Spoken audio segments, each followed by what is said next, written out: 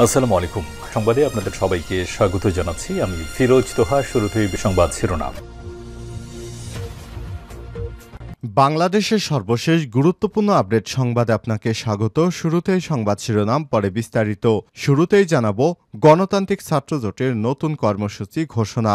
জুলাই গণ অভ্যুত্থানে সংগঠিত গণহত্যার বিচার, শহীদ পরিবারগুলোকে আর্থিক সহায়তা প্রদান এবং আহতদের চিকিৎসা ও পুনর্বাসন, ছাত্র সংসদ নির্বাচন চালু, গার্মেন্টস শ্রমিকদের ন্যায্য দাবি মেনে নেওয়া এবং রিকশা চালকদের উপর সংগঠিত হয়রানি বন্ধের দাবিতে পদযাত্রা ও সমাবেশ কর্মসূচির ডাক দিয়েছে বামপন্থী ছাত্র সংগঠনগুলোর মোর্চা গণতান্ত্রিক ছাত্রজোট।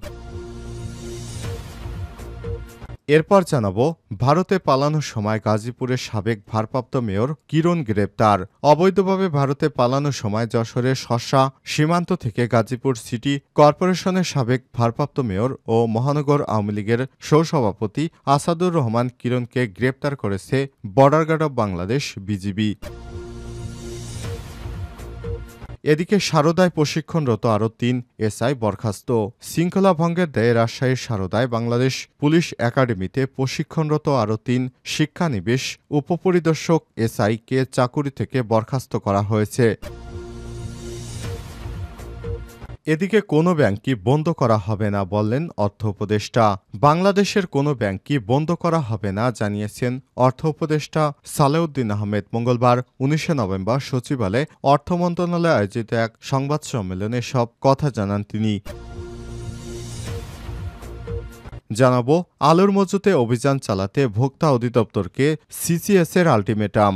সব কোল্ড স্টোরেজ যে আলুর মজুত রয়েছে সেগুলোতে অভিযান চালানোর জন্য জাতীয় ভোক্তা অধিকার সংরক্ষণ অধিদপ্তরকে ৩ দিনের আলটিমেটাম দিয়েছে বেসরকারি ভোক্তা অধিকার সংরক্ষণ কনসাস কনজুমার্স সোসাইটি সিএসএস এর যুব শাখা কনজুমার ইউথ বাংলাদেশ সিওআইবি এর স্বেচ্ছাসেবীরা। এবং সর্বশেষ জানাবো শিক্ষার্থী তপু হত্যা মামলায় ৩ আসামির মৃত্যুদণ্ড। অপহরণের পর শ্বাসরোধ করে হত্যার মামলায় ৩ আসামির মৃত্যুদণ্ডের রায় ঘোষণা করেছে ট্রাইব্যুনাল। আজ ১৯ নভেম্বর ঢাকার ৩ নম্বর দ্রুত বিচার ট্রাইব্যুনালের বিচারক মাসুদ করিম এ রায় ঘোষণা করেন। দণ্ডিতরা হলেন আরিফুল ইসলাম মোহাম্মদ, ইমরান হোসেন মোহাম্মদ, ইয়ামিন মোল্লা। ২০২২ সালের ২ জানুয়ারি তপুর চাচা দারুসালাম থানায় তপুর নিখোঁজ হওয়ার একটি জিডি করেন। প্রিয় দর্শক, এতক্ষণ শুনছিলেন সংবাদ শিরোনাম, এবারে বিস্তারিত। তবে তার আগে বন্ধুরা অনুরোধ থাকবে সংবাদটিতে একটি লাইক দিন। এই চ্যানেলে আপনি নতুন হয়ে থাকলে আমাদের সংবাদটি দেখতে দেখতে চ্যানেলটি সাবস্ক্রাইব করে রাখুন। কমেন্ট করে আপনার মূল্যবান মতামত জানিয়ে দিন বন্ধুরা, আপনি বিশ্বের কোন দেশ থেকে বা বাংলাদেশের কোন স্থান থেকে আমাদের এই সংবাদটি দেখছেন এবং শুনছেন। এবারে বিস্তারিত। গণতান্ত্রিক ছাত্রজোটের নতুন কর্মসূচি। জুলাই গণ অভ্যুত্থানে সংগঠিত গণহত্যার বিচার, শহীদ পরিবারগুলোকে আর্থিক সহায়তা প্রদান, আহতদের চিকিৎসা এবং পুনর্বাসন ও ছাত্র সংসদ নির্বাচন চালু, গার্মেন্ট শ্রমিকদের ন্যায্য দাবি মেনে নেওয়া এবং রিকশা চালকদের উপর সংগঠিত হয়রানি বন্ধের দাবিতে পদযাত্রা ও সমাবেশ কর্মসূচির ডাক দিয়েছে বামপন্থী ছাত্র সংগঠন মোর্চা গণতান্ত্রিক ছাত্রজোট। মঙ্গলবার ১৯ নভেম্বর দুপুর ১২টার দিকে ঢাকা বিশ্ববিদ্যালয় মধুর ক্যান্টিনে আয়োজিত এক সংবাদ সম্মেলনে লিখিতভাবে বক্তব্যের মাধ্যমে এই কর্মসূচি ঘোষণা করেন জোটের সমন্বয়ক সমাজতান্ত্রিক ছাত্র ফ্রন্টের সভাপতি সালমান সিদ্দিকী। বিপ্লবী ছাত্র মৈত্রীর সভাপতি দিলীপ রায় অনুষ্ঠান সঞ্চালনা করেন। আগামী ২৭ নভেম্বর দুপুর ১২টায় ঢাকা বিশ্ববিদ্যালয়ের রাজু ভাস্কর্যের পাদদেশ থেকে জগন্নাথ বিশ্ববিদ্যালয়ের বাহাদুর শাহ পার্ক পর্যন্ত ৫ দফা দাবিতে পদযাত্রা ও সমাবেশ কর্মসূচি পালন করবে জোটটি। সংবাদ সম্মেলনে ঘোষিত কর্মসূচির পেছনে ৬ দফা দাবির কথা জানানো হয়। দাবিগুলো হলো অবিলম্বে গণহত্যায় জড়িতদের বিচার, শহীদ পরিবারগুলোকে আর্থিক সহযোগিতা, আহতদের সুচিকিৎসা এবং পুনর্বাসনের ব্যবস্থা করতে হবে এবং ছাত্র রাজনীতি নিষিদ্ধের পায়তারা বন্ধ ও অবিলম্বে ছাত্র সংসদ নির্বাচন দিতে হবে। দ্রব্যমূল্যের ঊর্ধ্বগতি নিয়ন্ত্রণ, নিম্নআয়ের মানুষের জন্য আর্মি রেটে রেশন চালু, সিন্ডিকেট এবং বড় বড় ব্যবসায়ীদের দৌরাত্ম্য নিয়ন্ত্রণে রাষ্ট্রীয় বাণিজ্য চালু করতে হবে। শ্রমিক আন্দোলনে পুলিশি হামলা বন্ধ, গার্মেন্টস শ্রমিকদের বকেয়া বেতন পরিশোধ এবং গার্মেন্টস শ্রমিক হত্যার বিচার করতে হবে। পুনর্বাসন ছাড়া রিকশা শ্রমিকদের হয়রানি করা বন্ধ করতে হবে। লিখিত বক্তব্যে সালমান সিদ্দিকী আরও বলেন, গণতান্ত্রিক ছাত্র জোট দীর্ঘ সময় ধরে আওয়ামী ফ্যাসিবাদী শাসনের বিরুদ্ধে ছাত্রদের সংগঠিত করেছে, ধারাবাহিক আন্দোলন পরিচালনা করেছে। জুলাই অভ্যুত্থানে ছাত্র জোট গুরুত্বপূর্ণ ভূমিকা পালন করেছে। আমাদের সামনে দিনের লড়াই ফ্যাসিবাদী ব্যবস্থার বিলোপ ঘটিয়ে একটি গণতান্ত্রিক দেশ এবং শিক্ষা ব্যবস্থা নির্মাণ করা। এই লড়াইকে এগিয়ে নিতে গণতান্ত্রিক ছাত্র জোটের উদ্যোগে 5 দফা দাবিতে আগামী 27 নভেম্বর দুপুর 12টায় ঢাকা বিশ্ববিদ্যালয়ের রাজু ভাস্কর্য থেকে জগন্নাথ বিশ্ববিদ্যালয় বাহাদুর শাহ পার্ক পর্যন্ত পদযাত্রা এবং সমাবেশ কর্মসূচি অনুষ্ঠিত হবে। পালানোর সময় গাজীপুরের সাবেক ভারপ্রাপ্ত মেয়র কিরণ গ্রেপ্তার। অবৈধভাবে ভারতে পালানোর সময় যশোরের শাসা সীমান্ত থেকে গাজীপুর সিটি কর্পোরেশনের সাবেক ভারপ্রাপ্ত মেয়র ও মহানগর আওয়ামী লীগের সহসভাপতি আসাদুজ্জামান কিরণকে গ্রেপ্তার করেছে border guard of Bangladesh BGB. মঙ্গলবার 19 নভেম্বর সকালে বিজিবি সূত্র থেকে সব তথ্য জানা গেছে।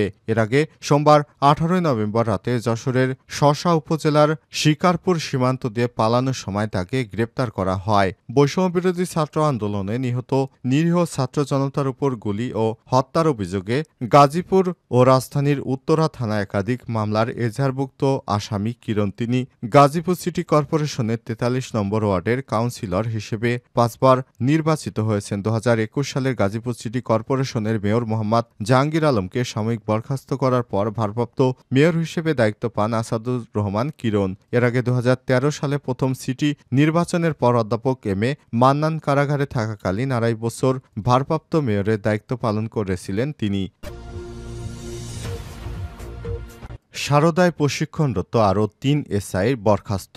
শৃঙ্খলা ভঙ্গের দায়ে রাজশাহীর সারদায় বাংলাদেশ পুলিশ একাডেমিতে প্রশিক্ষণরত আরও 3 শিক্ষানবিশ উপপরিদর্শক এসআইকে চাকুরি থেকে বরখাস্ত করা হয়েছে। সোমবার 18 নভেম্বর পুলিশ একাডেমি কর্তৃপক্ষ এ সংক্রান্ত আদেশ জারি করে। মঙ্গলবার 19 নভেম্বর বাংলাদেশ পুলিশের মুখপাত্র এআইজি মিডিয়া ইনামুল হক সাগর বিষয়টি নিশ্চিত করেছেন। প্রশিক্ষণরত মাঠে শৃঙ্খলা ভঙ্গের ব্যাপারে যথাযথ জবাব দিতে না পারার কারণে তাদের চাকুরি থেকে অব্যাহতি দেওয়া হয়েছে। এর আগে 21 অক্টোবর 40তম এসআই ক্যাডেট ব্যাচের প্রশিক্ষণরত 252 জন ও 4 নভেম্বর একই ব্যাচের আরও 58 জন ক্যাডেট এসআইকে বরখাস্ত করা হয়। এদের বিরুদ্ধে ঔদ্ধত্য আচরণ ও শৃঙ্খলা ভঙ্গের অভিযোগ ছিল। সব মিলিয়ে এই ব্যাচের 331 প্রশিক্ষণার্থী এসআইকে বরখাস্ত করা হলো। সোমবার অব্যাহতি পাওয়া 3 জনকে গত 13 নভেম্বর শোকজ করা হয়েছিল।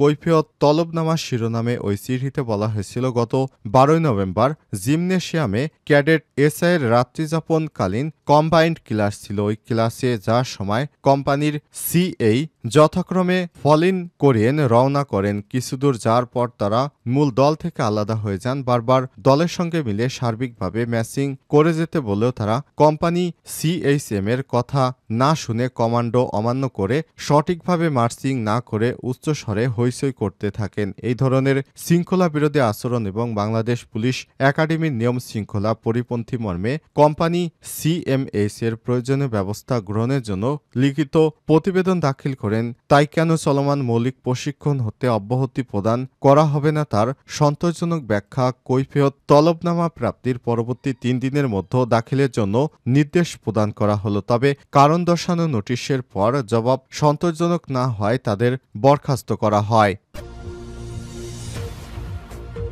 কোনো ব্যাংকে বন্ধ করা হবে না, অর্থ উপদেষ্টা। কোনো ব্যাংকে বন্ধ করা হবে না বলে জানিয়েছেন অর্থ উপদেষ্টা সালেউদ্দিন আহমেদ। মঙ্গলবার 19 নভেম্বর সচিবালয়ে অর্থ মন্ত্রণালয়ে আয়োজিত এক সংবাদ সম্মেলনে সব কথা বলেন তিনি। অর্থ উপদেষ্টা বলেন, কিছু ব্যাংক ফিরে এসেছে, ইসলামী ব্যাংক, বিগেস্ট ব্যাংক, এটা ভালোর দিকে যাচ্ছে। তবে কিছু ব্যাংক খুঁড়িয়ে খুঁড়িয়ে চলবে, আমরা কোনো ব্যাংকই বন্ধ করব না। এ সময় তিনি বলেন, দেশের অর্থনীতির অবস্থা ভয়াবহ, অনিয়ম দুর্নীতি এবং পর্যদস্ত সব খাত আগে ব্যাংকের অডিট রিপোর্ট গভর্নর এবং ডেপুটি গভর্নরকে আটকে দিতেন। তাদের ইচ্ছা অনিচ্ছায় ব্যবস্থা নেওয়া হতো। সালেউদ্দিন আহমেদ বলেন, বাজেটের ব্যয় কমানোর উদ্যোগ নেওয়া হয়েছে, তবে সরকারি কর্মকর্তারা যারা আছেন তাদের বেতন ভাতা আটকাবে না। এডিবিতে কোনো প্রকল্প অপ্রয়োজনীয় এবং রাজনৈতিক বিবেচনায় নেওয়া হয়েছে তা খতিয়ে দেখা হচ্ছে। এ সময় আর উপস্থিত ছিলেন অর্থ সচিব মোহাম্মদ খায়রুজ্জামান মজুমদার, আর্থিক প্রতিষ্ঠান বিভাগের সচিব নাজমা মোবারক ও জাতীয় রাজস্ব বোর্ড এনবিআর এর চেয়ারম্যান মোহাম্মদ আব্দুর রহমান খান।